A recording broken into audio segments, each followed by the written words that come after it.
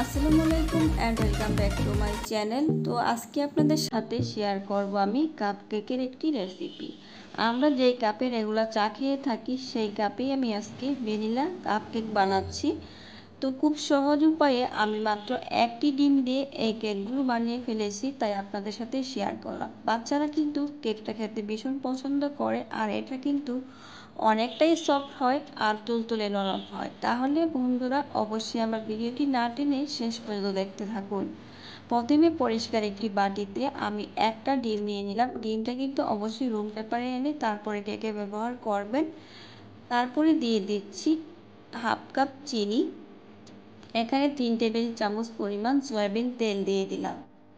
এই তিনটি উপকরণকে ভালোভাবে একসাথে একটি হ্যান্ড উইস্কের সাহায্যে মিক্স করে নিতে হবে। একটু সময় নিয়ে এই কাজটা করতে হবে, চিনিটা যাতে গলে যায় সেদিকটা কিন্তু খেয়াল রাখতে হবে। তো আমার এখানে মিক্স করা হয়ে গিয়েছে, এখন আমি অন্য উপকরণগুলো অ্যাড করব। এখানে দিয়ে দিচ্ছি হাফ টেবিল চামচ থেকে কম পরিমাণ ভ্যানিলা এসেন্স এবং দিয়ে দিব 1 টেবিল চামচ পাউডার দুধ, হাফ টেবিল চামচ দিয়ে দিব বেকিং পাউডার, আর এখানে হাফ কাপ ময়দা দিয়ে দিচ্ছি। বাস এখানে সব উপকরণ দেওয়াই শেষ। এবার ভালোভাবে নেড়েচেড়ে এটাকে মিক্স করে দিতে হবে। এখানে একটা ডিমের জন্য হাফ কাপ ময়দা আমার এখানে একদমই ঠিক আছে। তবে আপনাদের ব্যাটারটা যদি সামান্য পরিমাণ গরম হয়ে যায় সেক্ষেত্রে পানি দিতে পারেন, অথবা লিকুইড দুধ দিয়ে এই ব্যাটারটাকে এরকম পাতলা করে নিতে পারেন। এবার আমি যে কাপে কেকগুলো বানাবো সেই কাপে সামান্য তেল ব্রাশ করে নিচ্ছি। এই কাপগুলো কিন্তু ফেটে যাবে না অথবা ভেঙেও যাবে না, ভয় পাওয়ার কোনো কারণ নেই। কাপ কিন্তু একদমই ঠিক থাকবে আর কেকগুলো খুব সহজেই হয়ে যাবে। এবার তেল ব্রাশ করে নিয়েছি।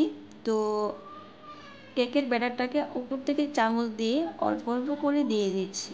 কাপটা কিন্তু একদমই ভরে দেওয়া যাবে না, অর্ধেক করে দিতে হবে, কারণ কেকটা ফোলার সময় অনেকটা জায়গা নিবে, সেক্ষেত্রে কিন্তু কাপটা একদমই ভরে যাবে।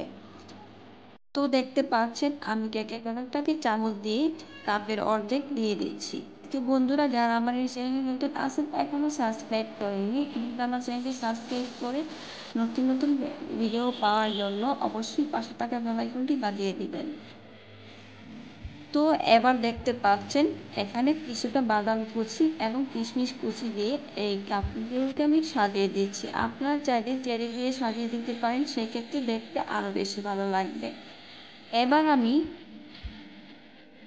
যেই কড়াইতে আমি কেকগুলো বসাবো সেখানে আমি 2 পিস হাতার পাতা ঠিক এভাবে ছিঁড়ে দিয়ে দিলাম। এটা চাইলে নাও দিতে পারেন, তবে এইভাবে খাতার পৃষ্ঠাটা ব্যবহার করলে সেক্ষেত্রে কিন্তু কেকে খুব সুন্দর কালার আসবে। তো এবার কাপগুলোকে বসিয়ে ঢাকনা দিয়ে ঢেকে দিচ্ছি, আর ঢাকনাতে ছিদ্র থাকলে অবশ্যই বন্ধ করে দিবেন।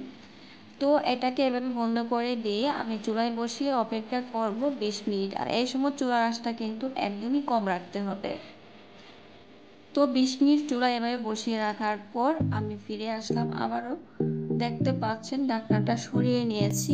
এই পর্যায়ে দেখতে পাচ্ছেন কাপ কেকগুলো ফুলে কিন্তু একদমই কাপ ভরে গিয়েছে, আর কালারটাও সুন্দর এসছে। আপনারা চাইলে আরেকটু কালার আনতে চাইলে সেক্ষেত্রে স্টিলের ঢাকনাটা ব্যবহার করবেন। তো কেকগুলো একদমই হয়ে গিয়েছে, এবার শুধু চুলা থেকে নামিয়ে নিব। আর এবার কেকটা ঠান্ডা হওয়ার পরে আমি কাপ থেকে বের করে নিব। তো ঠান্ডা হওয়ার পরে চাকুর সাহায্যে চারিদিক থেকে ছাড়িয়ে নিব, তারপরে কেকটাকে বের করে নিচ্ছি। অল্প সময়ে অল্প উপকরণ দিয়ে আর মাত্র একটি ডিম দিয়ে এই কেকটি বানিয়ে আপনার বাচ্চাদেরকে কিন্তু সহজেই দিয়ে দিতে পারেন। তো আশা করছি আমার এই কাপকেকের রেসিপিটি আপনাদের ভীষণ ভালো লেগেছে। তো বন্ধুরা আমার এই ভিডিওটি ভালো লাগলে প্লিজ লাইক কমেন্ট শেয়ার করবেন, আর ভিডিওতে ছোট্ট একটি লাইক করতে ভুলবেন না। নতুন নতুন ভিডিও পাওয়ার জন্য অবশ্যই চ্যানেলটি সাবস্ক্রাইব করে রাখবেন। আজকের মতো বিদায় নিচ্ছি, আল্লাহ হাফেজ।